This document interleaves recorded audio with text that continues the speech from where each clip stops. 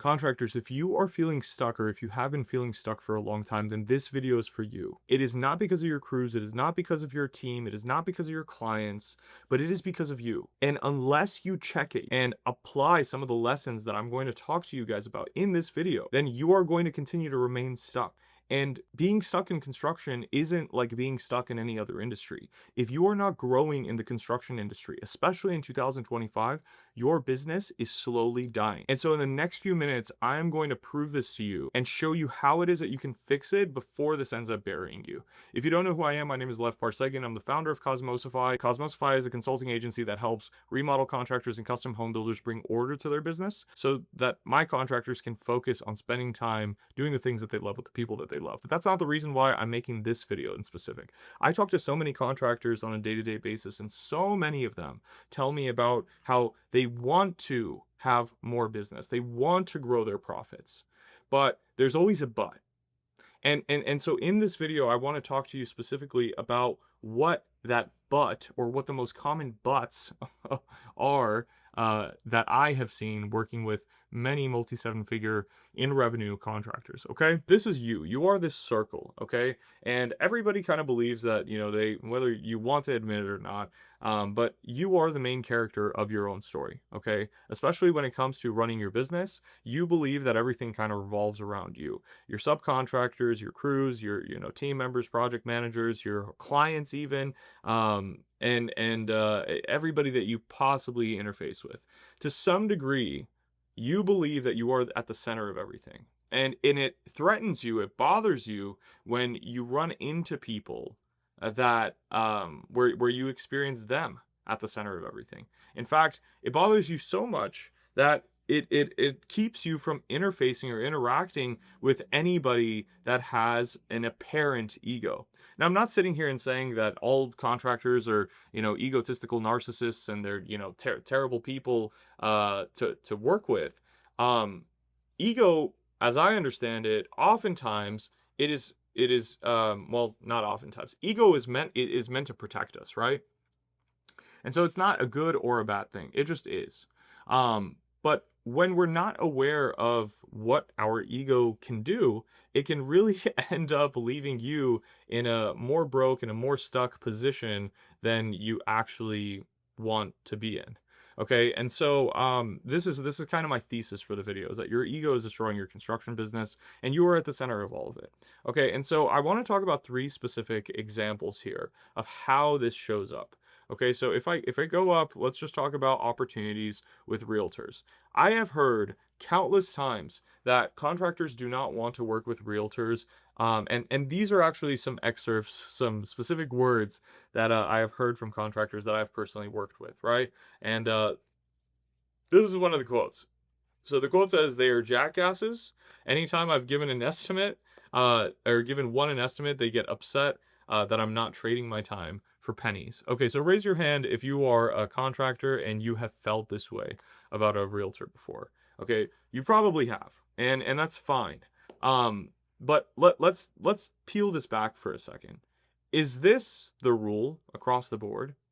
Okay, you've had limited experience with maybe like 5, maybe even 10 realtors at most, and your generalization that you're making is that they're jackasses and, you know, they don't value your time the way that you value their time. Okay, again, this is threatening to you because for you, you're like, I'm doing you a service, I'm trying to be a nice guy here, but you're not being a very nice guy to me.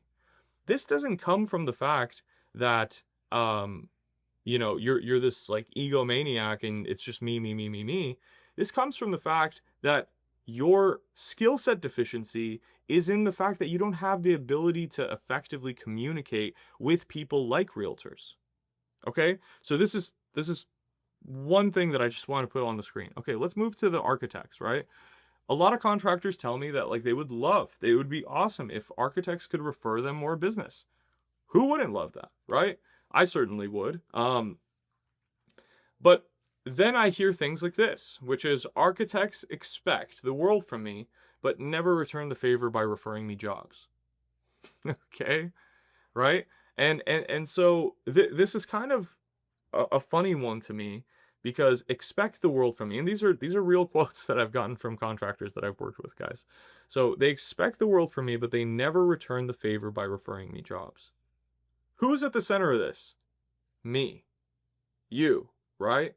It is not, it's again a generalization, and this quote does not really reflect the value that architects provide for you, and also anything about how it is that you can provide more value to architects, right? It's all about just this deprivation, okay? This, I'm getting screwed. I'm getting pulled in all these different directions. I am this victim, okay? Okay, so I'm going to leave you with that, right? And then I'm going to go over to the designer column, right? Everybody wants, actually, I won't even say everybody wants this, because I would say majority of contractors that I've spoken with, unless they have had one exceptional experience with a designer, they usually have this to say, which is they're difficult to work with and they are way too demanding.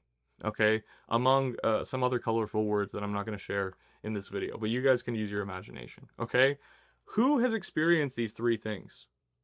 Probably one of you guys. At the very least, one of you guys have experienced one of these things, either with a realtor, with the architect, with the designer. Why did I write opportunity, though? Well, it's because, guys, I want you to realize that your ego is destroying your construction business because you're not seeing the opportunities that come from taking your ego down a notch and seeing how it is that you can provide value, add value in a real way with realtors, architects, and designers, okay? Most of the time, when I tell contractors this, they say, okay, well, just tell me what it is I need to say. Tell me how it is that we can get these three avatars, these three potential affiliate types, to send me business, to send me work. That's not how it works. Because there is something that needs to happen for this to turn from a red opportunity into, and let's call it a green one. Okay, let's use green. So a positive, and we'll use this this over here.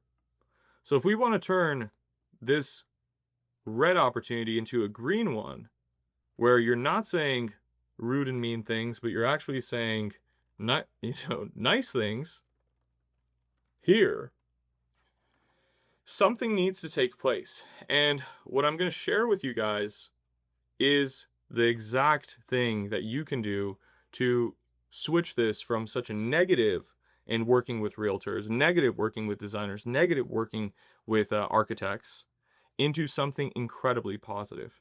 And that is the skill of communication.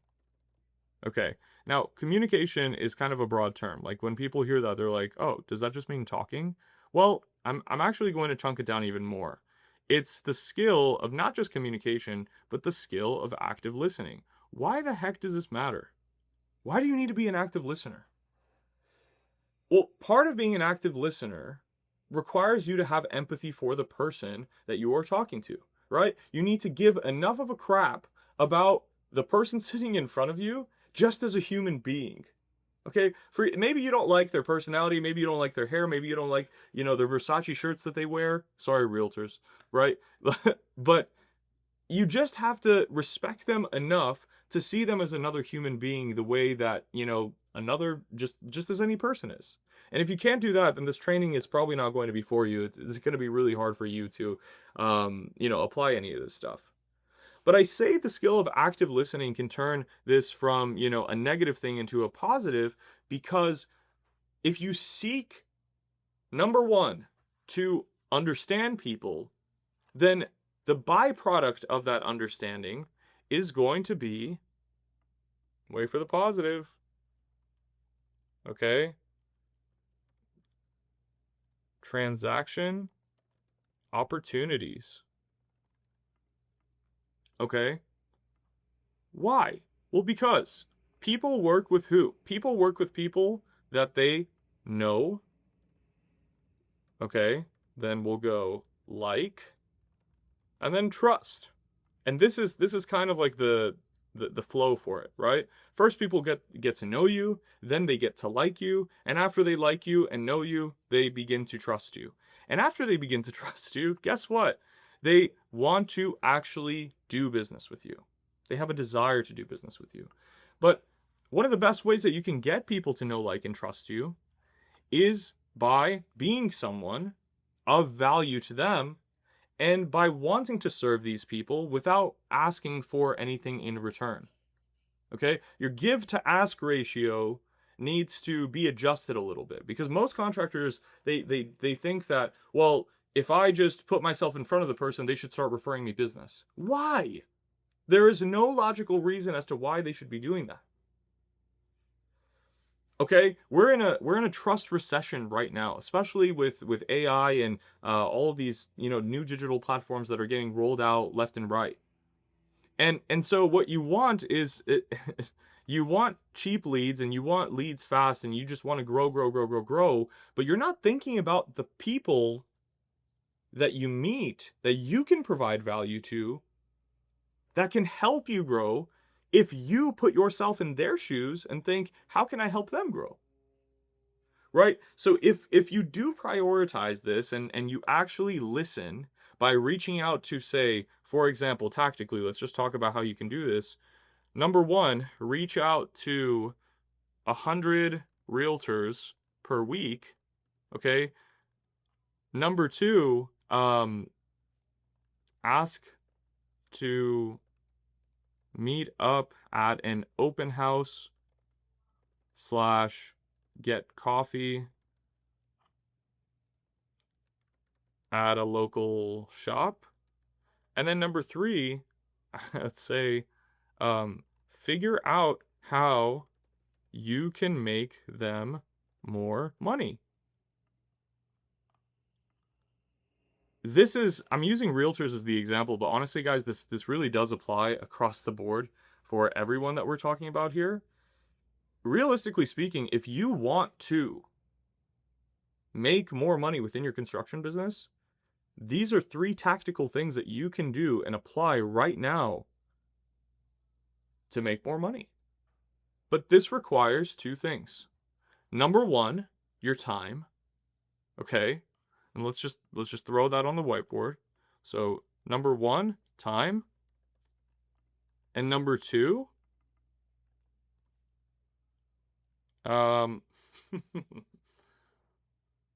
we'll put sincerity plus no ego.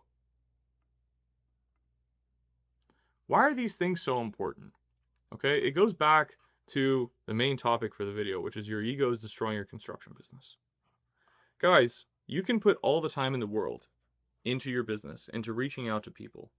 But if you have an ego about it and you're like, I'm not going to do this, or I'm not going to do this, or I'm not going to talk to this type of person, or I'm not, because it's going to take too much time and there's not enough return, and there's you know, it's such an investment, and a lot of these people, they're takers. All they want to do is just take from me. I'll give you a newsflash. You will never make money. And if you do make money, you will make it in a short-term period, but people will not want to work with you because you are not there to serve their interests. You are there to protect your own. And most people on a long enough time horizon will be able to smell that off of you. Okay? This is why I say that your ego is destroying your construction business. So guys, tactically, what could you do in order to fix this if you do feel this way?